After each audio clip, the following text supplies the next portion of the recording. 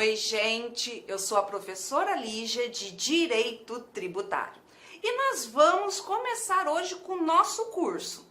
O que acontece? Nós vamos primeiro estudar os princípios constitucionais tributários, que são a matéria que mais cai, mais importante para concurso público, tá bom? Então a gente vai começar direto com os princípios constitucionais tributários. Hoje são 10 de março de 2022, tudo bem?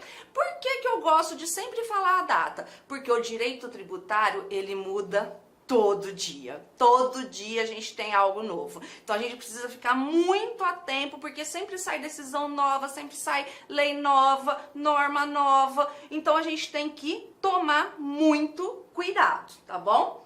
Eu sempre começo a minha aula, a minha matéria com uma questão de concurso.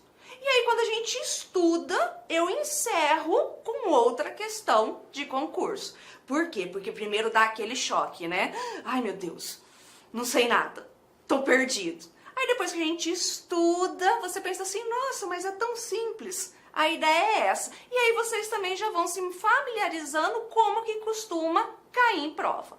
A nossa primeira questão aqui é da FGV de 2021, ou seja, super recente. Então vamos olhá-la. Decreto do governador do estado X de 30 de dezembro de 2020 majorou o valor a ser pago do IPVA. Então, aumentou, entre aspas, majorou, entre aspas, o IPVA, por meio da incorporação de índices oficiais de atualização monetária à base de cálculo do imposto. Então, gente, é o seguinte, na realidade, não majorou. Apenas ocorreu o quê? A atualização dessa base de cálculo. E atualizar não é aumentar, tudo bem? Então, não é aumentar, é só atualizar. O que acontece? Nós vamos estudar daqui a pouco o princípio da legalidade. Para mexer em um tributo, há necessidade de uma lei.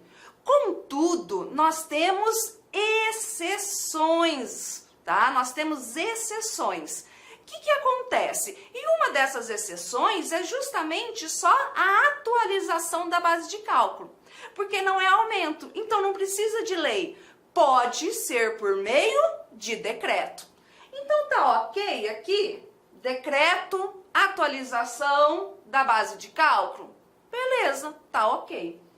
O decreto também determinou que produziria efeitos a partir de 1º de janeiro de 2021. Peraí, gente, o que acontece? Nessa situação, quando a gente, entre aspas, aumenta um tributo, tem que respeitar o próximo exercício financeiro, no mínimo 90 dias. É o princípio da anterioridade, que nós também vamos estudar. E também, claro, óbvio, tem exceção, não é verdade? Tem exceção, porque no direito, em regra, tem exceção. E aqui é justamente exceção. Então, o que acontece quando se aumenta, se majora a base de cálculo do IPVA e a base de cálculo do IPTU? Exceção à anterioridade nonagesimal.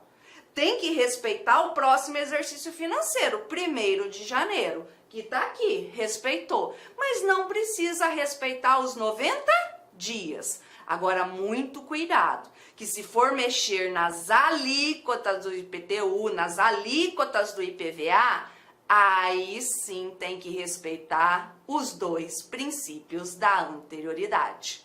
Então, até aqui, beleza. Tá ok, não tá ok? Respeitou.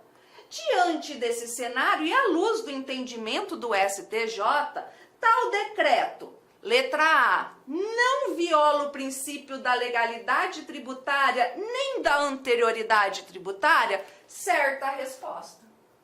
Não viola, por quê? Exceção. Então, atualizar pode ser por meio de decreto. E só precisa respeitar o princípio da anterioridade anual. Quando majora, quando aumenta o IPTU e o IPVA. Respeitou? Respeitou. 1º de janeiro. Não precisa dos 90 dias. Agora vamos ver as outras questões, né? Não viola o princípio da legalidade tributária. Ok.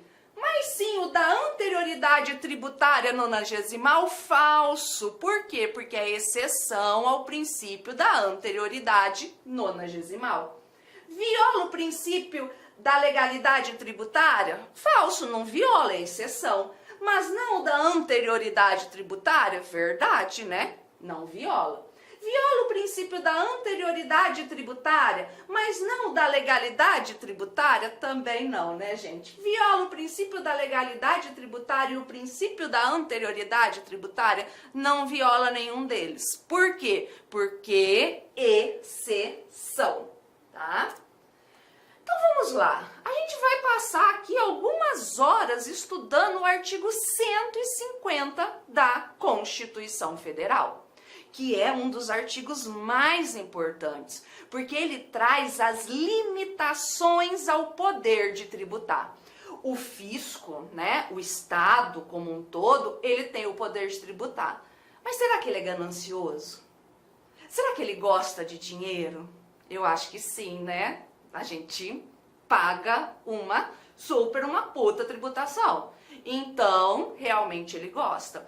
O direito tributário, a Constituição Federal, não veio para ajudar o fisco. Pelo contrário, veio para ajudar o contribuinte. Então, impondo o quê? Limitação a esse poder de tributar. Trazendo o quê? Um freio de mão. Tá certo? Então, por isso que a gente vai passar horas estudando essa matéria tão importante. E a primeira coisa que nós precisamos é analisar o artigo 150, o caput dele. O que ele fala? Deixa eu apagar aqui. O que ele fala? Sem prejuízo de outras garantias. Opa! Ele está trazendo as garantias individuais para o contribuinte. Não é? Garantias individuais, certo? Asseguradas ao contribuinte. É vedado, é proibido à União, aos estados e ao Distrito Federal. E depois a gente entra nos incisos. O que acontece? Onde que a gente costuma observar garantias individuais, né? Eu vou brincar aqui com vocês, eu não sei se vocês têm filho ou se alguém aí tiver filho, mas assim, adora aventureira, né? Alice, minha filha, adora adora aventureira, aí assim, ela sempre faz a pergunta e espera quem tá assistindo responder. Então meio que a gente vai brincar da mesma forma, tá certo? Então vamos lá, né? Aonde que eu encontro garantias individuais, né? Em qual artigo da Constituição Federal? Será que vocês sabem? Acho que sabem, né? Tá lá no artigo 5º da Constituição Federal. Beleza, mas garantias individuais estão ali no rol taxativo do gigantesco e lindo artigo 5º? Não, tá espalhado pela Constituição Federal. Então, beleza, o artigo 5º é cláusula pétrea, não é verdade? É cláusula pétrea. Prestem atenção na minha pergunta. Se é cláusula pétrea, significa que emenda constitucional não pode modificar cláusula pétrea? E aí? Emenda constitucional não pode modificar cláusula pétrea? O que vocês acham? Muito cuidado. Emenda constitucional pode modificar cláusula pétrea. Sabe, surtou? Tá louca? Lógico que não pode. Cuidado, prestem atenção como eu falei. Eu falei modificar. Eu não disse restringir, ampliar. Eu falei modificar. Modificar pode. Por quê? Porque pode vir emenda constitucional ampliando garantias, trazendo novas garantias. E a gente vai conseguir visualizar isso no decorrer da aula. Não pode o quê? Emenda constitucional abolir cláusula pétrea, retirar a garantia, diminuir essas garantias, tá certo? Então, com esse entendimento, o STF fala o seguinte, escuta, o artigo 5º, o artigo 150 da Constituição Federal, ele é garantia. Se ele é garantia ao contribuinte, é como se ele estivesse lá no artigo 5º. Então, ele é cláusula pétrea. Tudo bem? Emenda constitucional pode ampliar essas garantias, mas não pode restringir, tá bom? Então, muito cuidado com as palavras, tá certo? Então, artigo 150, cláusula pétrea. E aí vamos para o nosso primeiro princípio, que é o princípio da legalidade. Observe que o meu material, ele segue a pirâmide de Kelsen, né? Ou seja, a gente parte da norma maior e vai afunilando. Então, vocês vão conseguir perceber, porque aqui, ó, artigo 5º, aí artigo 150 da Constituição, e aí o artigo 9º do CTN, tá vendo como vai afunilando? Então, a gente sempre vai partir do maior. O princípio da legalidade é um dos mais importantes. Lá no direito privado, lá no direito civil, por exemplo, vocês sabem que eu posso fazer tudo o que eu quiser, desde que a lei não me proíba. E aqui, no direito tributário? Gente, o direito tributário, ele é do ramo do direito público. Então, a gente tem que ter noção de direito administrativo, a gente tem que ter noção de direito constitucional para a gente entender o direito tributário. Lá no direito administrativo, como que funciona o princípio da legalidade? O ente público só pode fazer aquilo que a lei deixa, que a lei permite, não é verdade? Aqui não é diferente. Aqui o ente tributante só pode fazer o que a lei determina, o que a lei permite, e não ao seu bel prazer, tá certo? Só que a gente precisa entender o artigo 150, inciso 1º da Constituição Federal. Então vamos lá, de novo, né? É vedado aos entes tributantes exigir, aumentar tributo sem lei que o estabeleça. O que acontece aqui, gente? Então, para criar um tributo, eu preciso de lei. Para aumentar um tributo, eu preciso de lei. Mas e para diminuir um tributo? E para extinguir um tributo, será que eu preciso de lei? Claro, gente, porque se foi feito por uma lei, para modificar essa lei precisa de outra lei. Se simplesmente a Constituição trouxesse exigir, extinguir, aumentar, reduzir, é igual entrar para dentro. Sabe? Entrar para dentro, sair para fora, não há necessidade disso. Então, botem na cabeça de vocês. A regrona geral é, para mexer num tributo, precisa de lei. Tudo bem? Precisa de lei.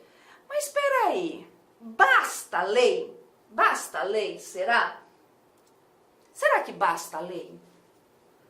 Ou eu preciso da lei correta, da lei adequada? O que acontece? Pensem comigo também. Nós somos geridos aqui no Brasil, né? Por qual tipo de lei? Em números. Qual a maior quantidade de leis que nós temos? Em números. Vamos pensar. Será que a gente tem mais lei ordinária ou lei complementar? E aí? O que acontece? Em quantidade, leis ordinárias, não é verdade? Então a regra para gerir o Brasil, a regra legislativa do Brasil é a lei ordinária, né?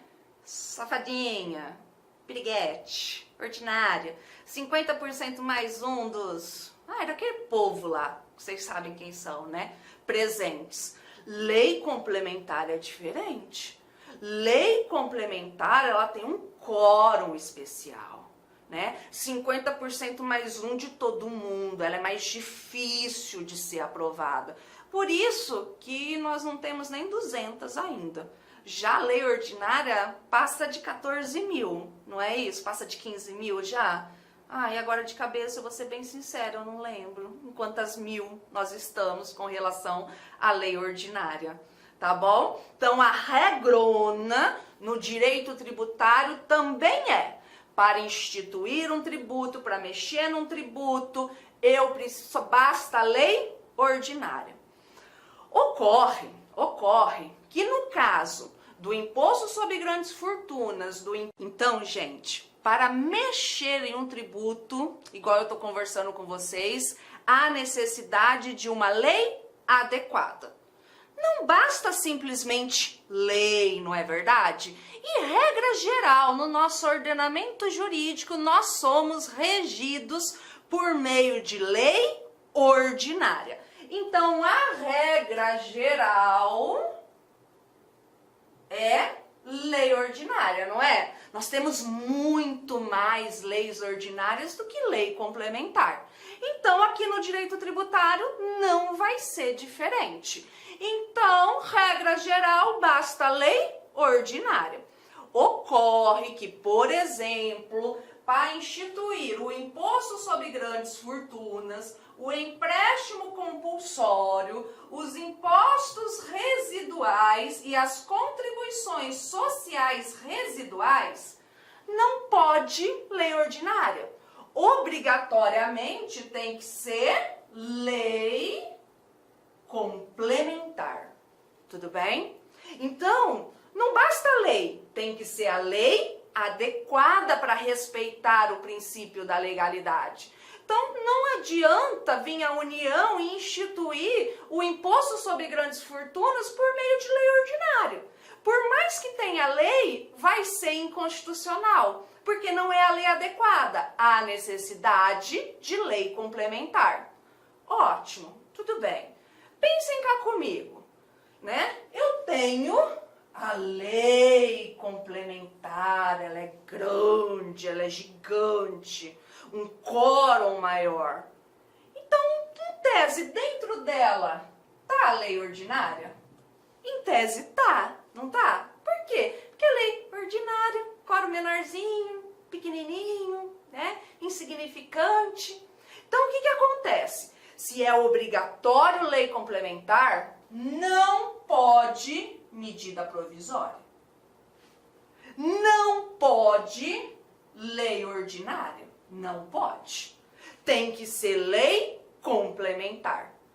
Agora, se é lei ordinária, pode medida provisória?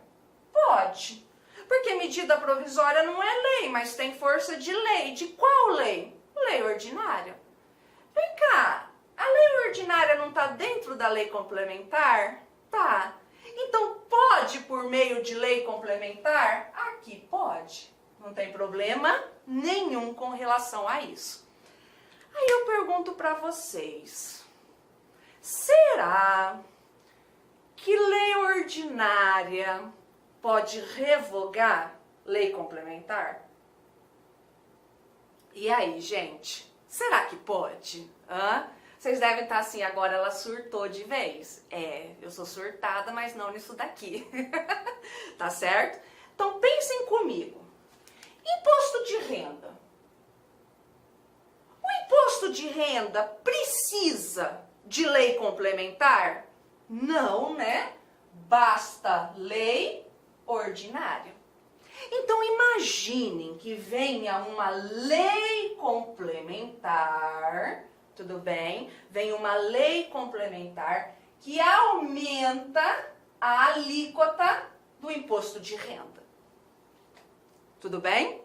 Aí vocês pensam assim, poxa, professora, se basta lei ordinária, por que o Congresso vai fazer uma lei complementar? Que é o seguinte, aqui no Brasil a gente tem o tal do jabutis, né? Vocês já devem ter ouvido falar, é uma aberração, mas a gente tem. e isso é normal. Então, eles vão lá, eles fazem uma lei complementar sobre uma matéria X, que não tem nada a ver com tributário, daí a pouco tá lá um artiguinho no final dela falando que muda a lei X do tributário. Tudo bem? Então, infelizmente isso acontece. Então, o que acontece aqui? Então, basta a lei ordinária, tem uma lei complementar que aumenta a alíquota que não precisa, mas pode? Pode, não pode? O mais não prejudica o menos. E se depois vier uma lei ordinária revogando essa lei complementar? Lei ordinária revogando lei complementar? Professora, tá louca? Não pode. Pois é, regrona geral não pode mesmo, mas aqui pode. Aqui pode, e isso não cai, gente. Despenca em concurso, sabe? Porque a gente tem aquele negócio da cabeça, ai, lei ordinária não pode mexer em lei complementar, a gente tem isso, né? Mas aqui pode. E sabe por que que pode? Porque por mais que formalmente é uma lei complementar, ela tem força, ela tem alma de lei ordinária. Ela tem a alma de lei ordinária, tem força de lei ordinária. Então é por isso que pode. Vocês estão entendendo? Então essa lei ordinária aqui pode revogar essa lei complementar, porque essa lei complementar tem força de lei ordinária. Agora, diferente, por exemplo, igual aqui no imposto sobre grandes fortunas, né? No imposto sobre grandes fortunas. O imposto sobre grandes fortunas precisa de lei complementar. Aí é feita a lei complementar. Pode uma lei ordinária revogar essa lei complementar? Não pode. Não pode, porque essa lei complementar é obrigatória, ela tem força de lei complementar, ela tem alma de lei complementar, ela é uma lei complementar. Diferente daqui. Aqui pode. Por quê? Porque essa lei complementar não é obrigatória. E ela tem alma, tem força de lei ordinária, nesse caso aqui do imposto de renda. Tudo bem? Certinho? Então, vamos continuar. Então, nós chegamos à conclusão que não basta lei para instituir um tributo, para criar um tributo, né? Não basta simplesmente lei. Eu tenho que ter a lei adequada, a lei correta. Mas, gente, basta lei adequada para criar um tributo, né? Não, não basta. Por quê? Porque eu preciso respeitar o princípio da estrita legalidade do artigo 97 do CTN. Então, olhem aqui. O que essa lei que institui, que cria um tributo, ela precisa obrigatoriamente?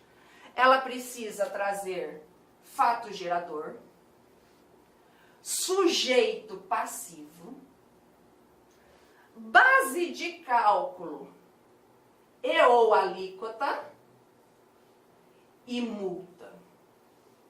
Tá? Vou explicar, fiquem tranquilos.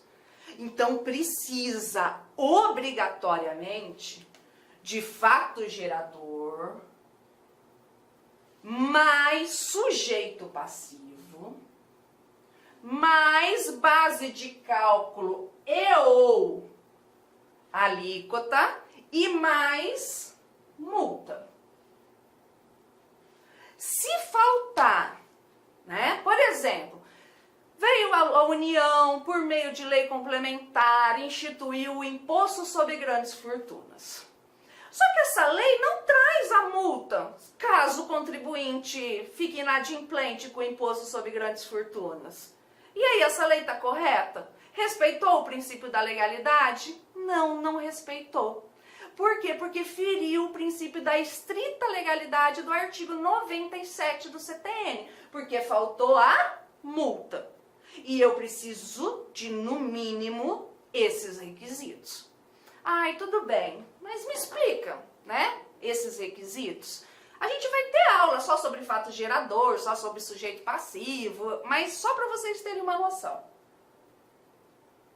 Fato gerador é um fato que faz gerar algo, não é isso, né? Um fato gerador. Aqui no nosso caso, é o fato gerador de, por exemplo, pagar um tributo. Então você vai perguntar para a lei, para a norma, vai perguntar assim, escuta, por que eu tenho que pagar esse tributo? Ah, porque você circulou mercadoria, ICMS. Ah, porque você é proprietário de um veículo automotor, carro. Ah, porque, né, o IPVA, né? Ah, porque eu sou proprietária de um imóvel territorial urbano. Ah, o IPTU. Beleza, ok. Então, eu sei o motivo, por quê? Qual é o fato gerador? Mas basta o fato gerador? Ou eu preciso saber quem vai pagar esse tributo? Quem que vai pagar esse tributo, né? Vamos pensar lá no direito privado, numa obrigação privada. Quem é o sujeito ativo? O sujeito ativo é o credor. Não é ele que tem que agir, correr atrás de você para cobrar? O sujeito passivo já é quem? O devedor, né? O que fica paradinho, passivo, escondido para não vir a cobrança, tá bom? Então aqui para nós, né, o conceito não é diferente, mas para nós, quem é o sujeito passivo? O sujeito passivo ou é o contribuinte ou é o responsável tributário. Contribuinte ou responsável tributário. Aí vocês estão pensando, professora, mas a lei tributária aqui que está instituindo esse tributo não precisa trazer o sujeito ativo? Não, gente, o sujeito ativo é o fisco. O sujeito ativo é quem está criando o tributo. Pode trazer, mas não é obrigatório, vocês estão entendendo? Então é o X da questão que não é obrigatório. Ah, ótimo, então eu olho para a lei e pergunto, por que eu tenho que pagar? Aí depois eu olho para a lei e falo, quem que tem que pagar? E aí o importante, né, gente, é quanto a gente tem que pagar. Quanto? E aí é que eu tenho base de cálculo e ou alíquota. Porque assim, é normal a gente observar assim, para ser mais fácil de visualizar, né,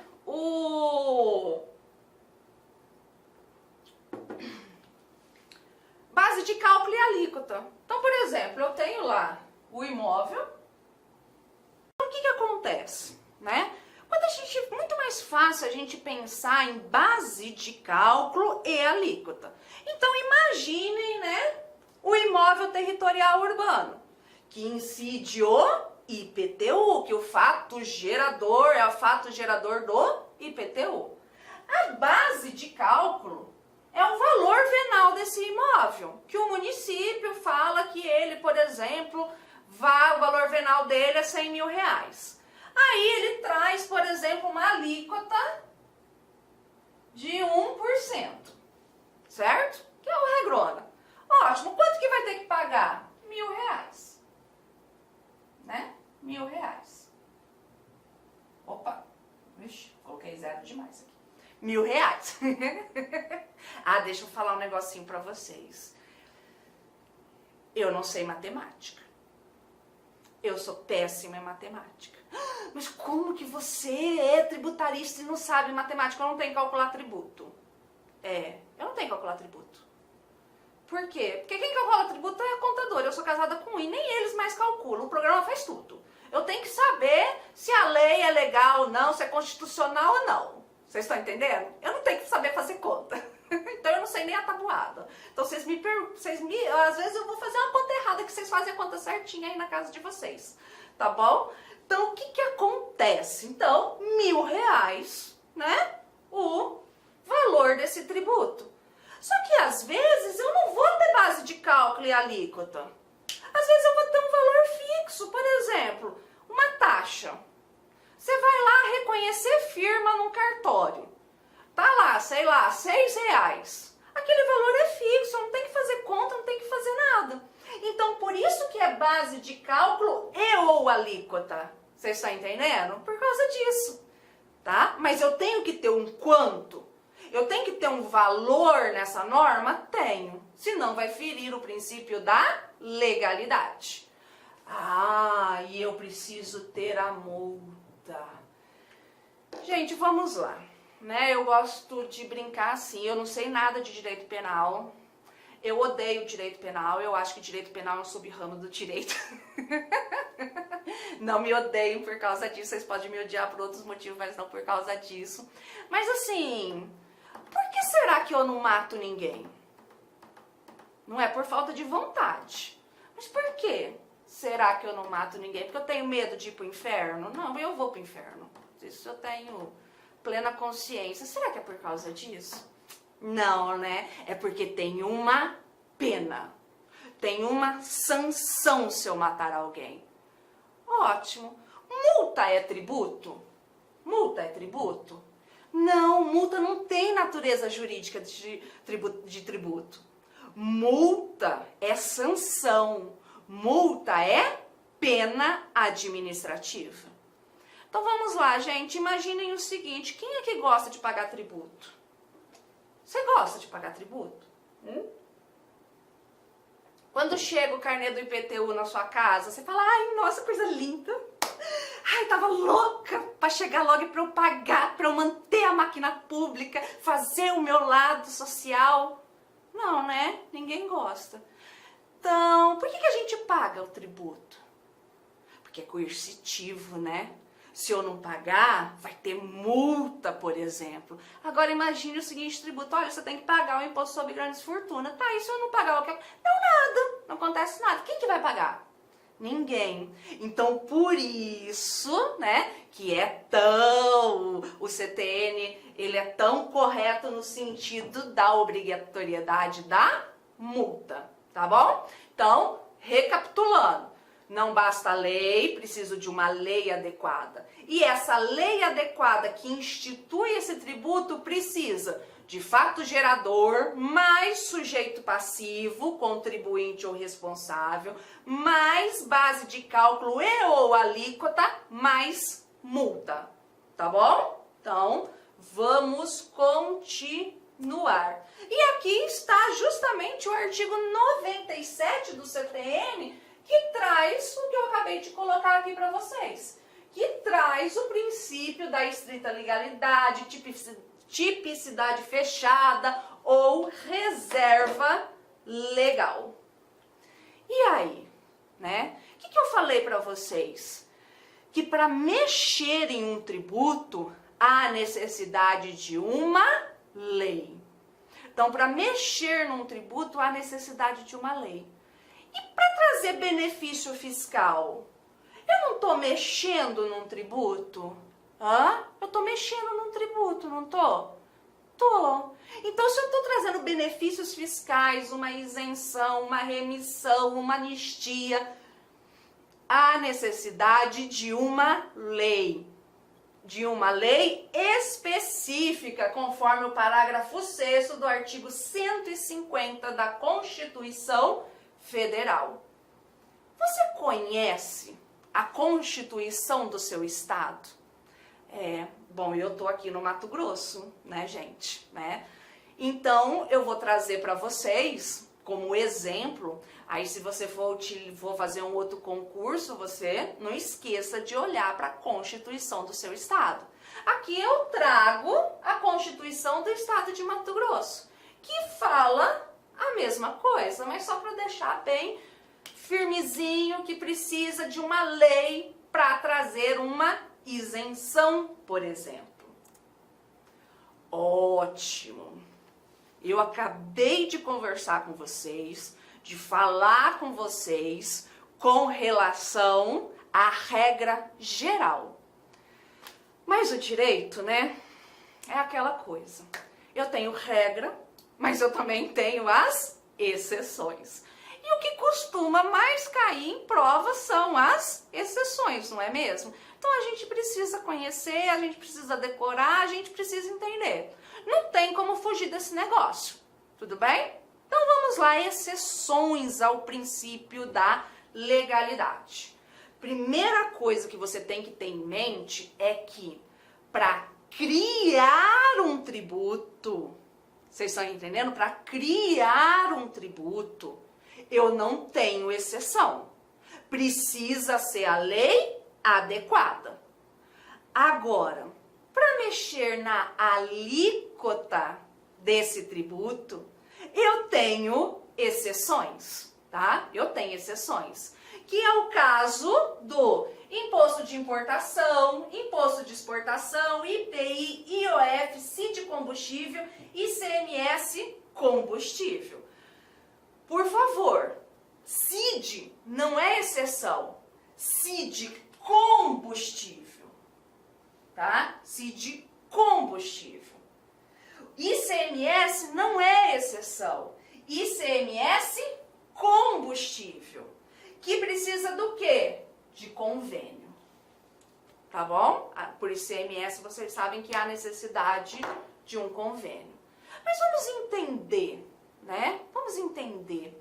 A grande maioria desses tributos aqui, eles são extrafiscais. Como assim, professora, extrafiscal? Nós temos a classificação onde nós temos tributos fiscais, que a ideia é o quê? Arrecadar. A ideia é arrecadar, tudo bem? A ideia é arrecadar. Agora, nós temos os extrafiscais, que a ideia não é arrecadar. A ideia, por exemplo, é mexer na balança comercial, tudo bem? É mexer na balança comercial. Então, não é arrecadar. Arrecada? Arrecada. E arrecada? Muito. Mas a ideia não é essa. A ideia é mexer na balança comercial. Se é mexer na balança comercial, será que pode demorar? Ou tem que ser para ontem? Tem que ser rápido? Tem que ser rápido, não é? Tem que ser rápido. Então, por isso que a Constituição, de forma sábia, trouxe essas exceções.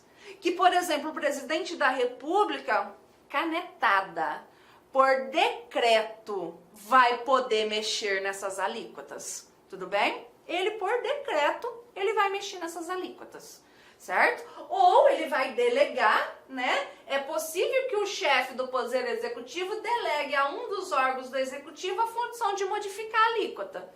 Ou ele vai delegar para outro fazer isso. Mas pode. Professor, eu não entendi essa questão da extrafiscalidade. Então vamos lá. Imposto de exportação, imposto de importação. Imagine a seguinte situação, imaginem que eu, Lígia, eu quero vender sapato, da minha marca própria, sapatos Lígia Donini, porque, gente, eu vou confessar pra vocês, eu tenho um pequeno problema com sapato. E o meu problema com sapato é que não cabe mais sapato na minha sapateira. É porque eu sou simplesmente louca por sapato extravagante, entendeu? Então eu tenho um problema. Então eu falo assim, não, agora eu quero montar minha fábrica, minha marca de sapato. Sapatos Lígia, tá? Aí o que eu vou fazer, né? Eu posso construir uma fábrica de sapato do zero, né? Ser uma indústria de sapato do zero. Ou eu posso comprar o sapato da indústria nacional e colocar lá a minha marca. Ou eu posso trazer esse sapato da onde? Da onde que eu posso trazer esse sapato? Da onde que a maioria das coisas aqui que a gente tem, a gente consome, da onde que vem? Da China. Não, peraí, eu vou importar da China, não é verdade? Porque lá a mão de obra é muito mais barata, então eu vou importar da China. Beleza, será que só eu vou pensar no meu umbigo? Ou todo mundo vai pensar no seu umbigo? Todo mundo. Então o que vai acontecer? Todo mundo vai importar da China. O que vai acontecer com as fábricas de sapato no Brasil? Vão falir, vão quebrar. Existem muitos mecanismos, muitas ferramentas econômicas para inverter esse tipo de situação. E uma delas é o quê? Aumentar o imposto de importação. Então, o que acontece? A hora que eu fizer o cálculo e observar que importar fica mais caro por causa do imposto de importação, eu vou começar a consumir aqui dentro.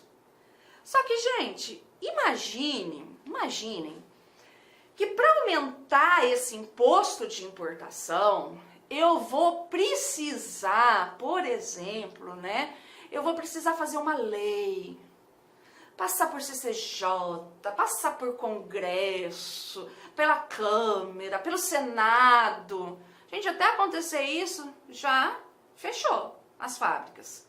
Então, por ser extrafiscal, que pode o chefe do Poder Executivo sozinho, sem ninguém, ó, mexer nessas alíquotas. Tá bom? Então, gravem aí. Imposto de importação, imposto de exportação, IPI, IOF, CID combustível e ICMS combustível. Mas muito cuidado com esse mexer nas alíquotas. O que acontece? Ó, o que acontece? No caso do imposto de importação, exportação, IPI, IOF e o ICMS combustível, que precisa de convênio, tá? Os outros por decreto, menos CID combustível, que daqui a pouco nós vamos falar. Então, imagine o seguinte, a lei do imposto de importação traz a alíquota de 10%, tá? Traz a alíquota de 10%. Pode o decreto diminuir para zero? Pode. Pode o decreto reestabelecer para 10? Pode. Pode o decreto aumentar para 15? Pode. Não tem problema nenhum. Tudo isso aqui por meio de decreto. Não tem problema nenhum com isso. Agora, CID combustível,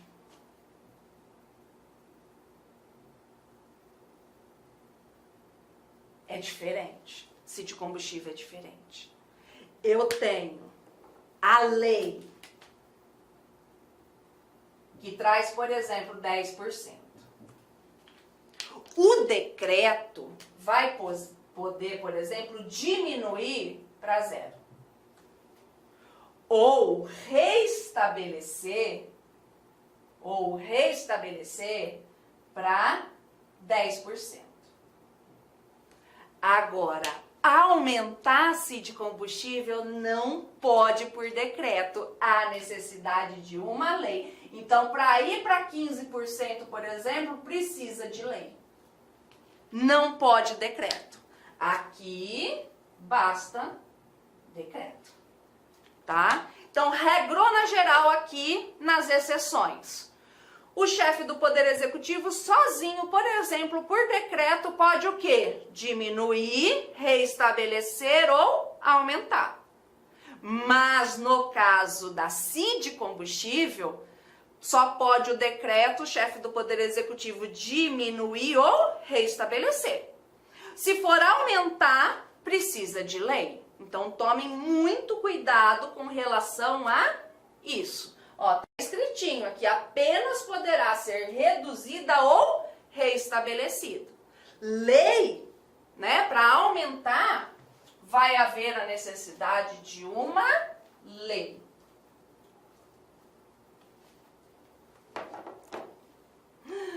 Eu fico irada, né? Eu fico louca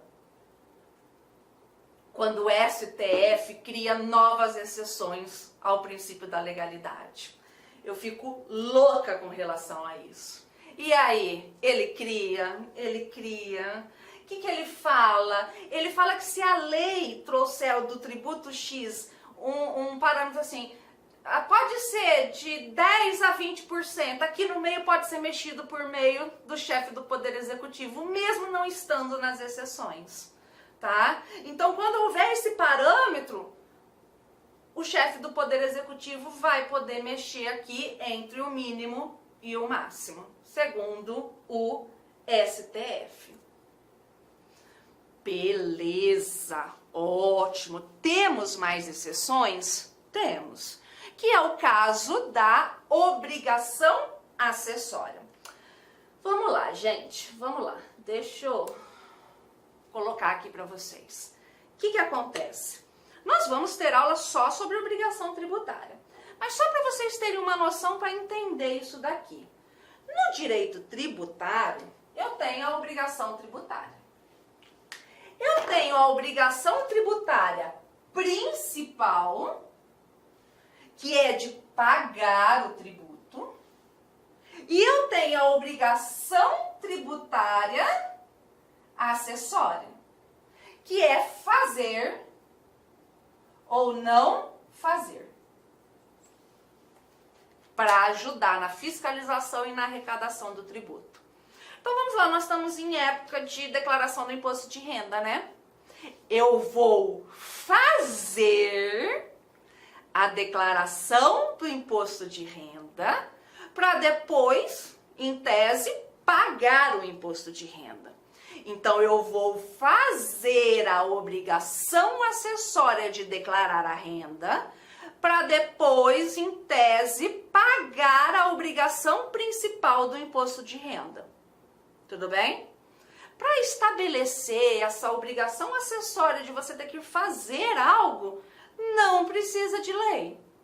Basta portaria, decreto, instrução normativa, tá? E aqui eu trago justamente um exemplo para vocês aqui. Uma instrução normativa que mexeu com relação a uma obrigação acessória. Fixação do prazo para recolhimento do tributo.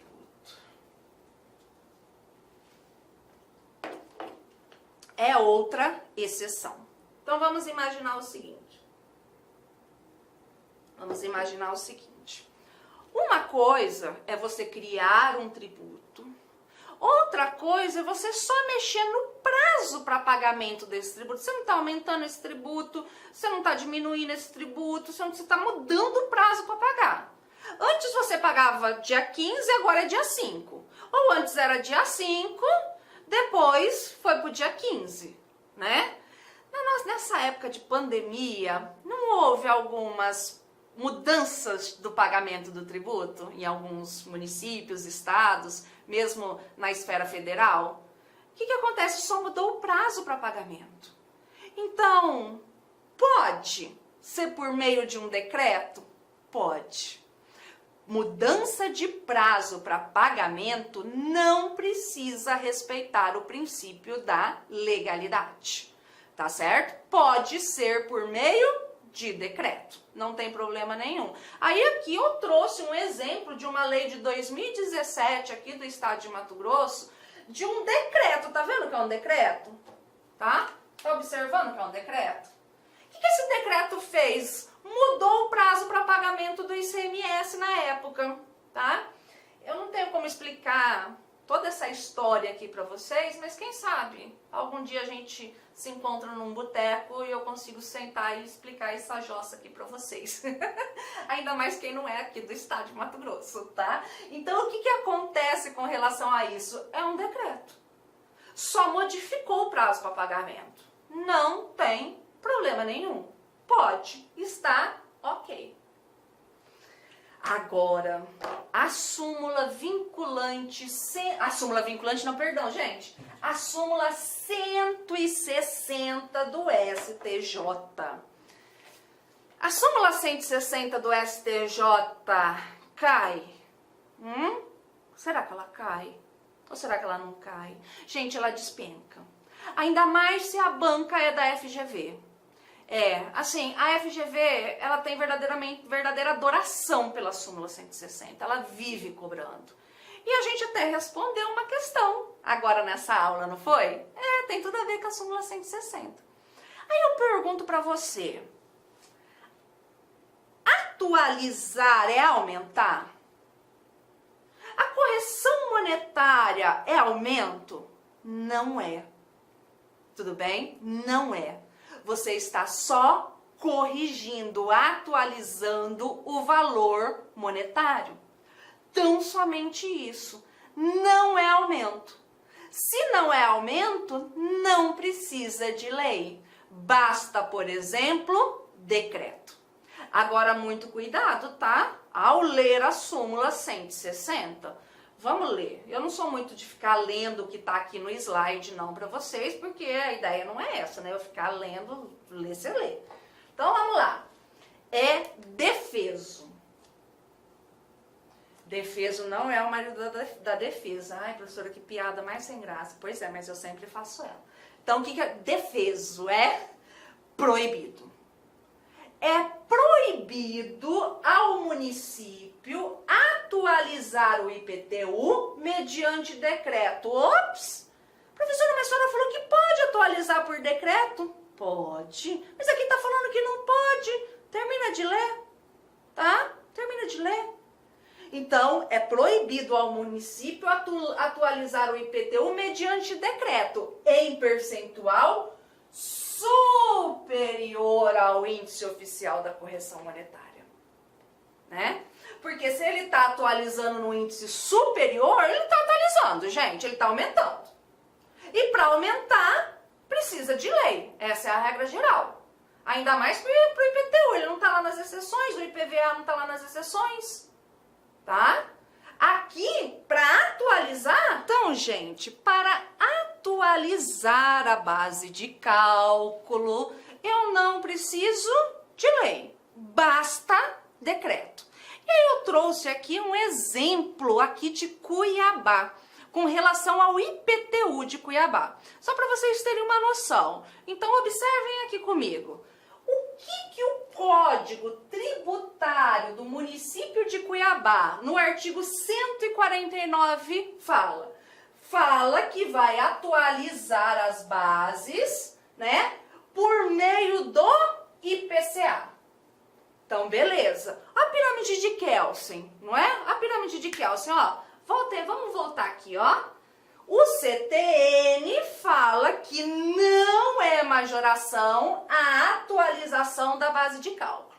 Então, o CTN fala isso. Aí vem a lei de Cuiabá e fala qual que é o índice, que é o IPCA. Aí vem o decreto do prefeito, esse aqui é de 2017, mas isso acontece todo ano. Vem o decreto do prefeito, usa o IPCA, igual manda a lei, e ele atualizou a base de cálculo do IPTU por 7,87%. Olha, tá até quebradinho, não tá? Pode por meio desse decreto? Pode, não tem problema nenhum. Agora imagine que o prefeito não gosta de número quebrado, né? Aí ele resolve fazer esse decreto e fala assim, para com isso, né? 7,9%.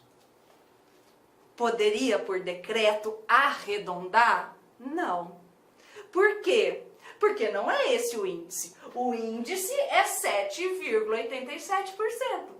Se ele arredondasse para 7,9%, não estaria atualizando. Seria um percentual superior, então não pode, porque isso seria aumento.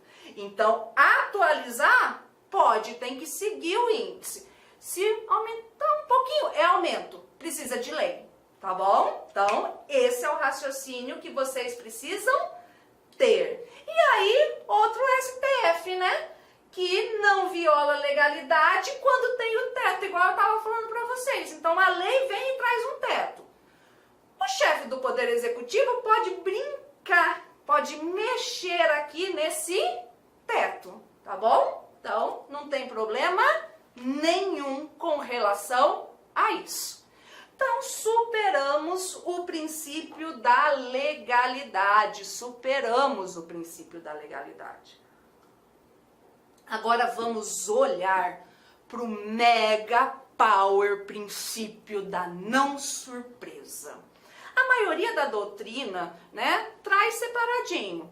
Princípio da anterioridade e princípio da irretroatividade. Não tem problema nenhum, mas eu gosto de falar que existe esse mega power super princípio da não surpresa. O contribuinte não pode ser pego de surpresa. E aí eu sempre costumo brincar com todos os meus alunos, e não é porque eu tô gravando a aula que vai ser diferente, tá? Esse é meu jeito. Então o que acontece? Eu tenho meu marido, vocês vão escutar muito sobre Emerson aqui, muito sobre Emerson. Emerson é meu marido, é meu karma há 25 anos, né? Tá, isso aqui é formal, né? Eu pareço ter 25, mas Olá, é meus graça. amigos, minhas amigas, eu sou o professor Lack e inicialmente eu quero pedir licenças, pois interrompi os seus estudos. Mas essa videoaula é uma videoaula demonstrativa do nosso querido site Lack Concursos, para você conhecer a nossa metodologia, conhecer os nossos mestres, para você se inteirar mais sobre o nosso produto. Eu sou o professor Lack, especialista em concursos públicos, já fui aprovado apenas em 2022 em 9 concursos públicos, estou aqui para te ajudar.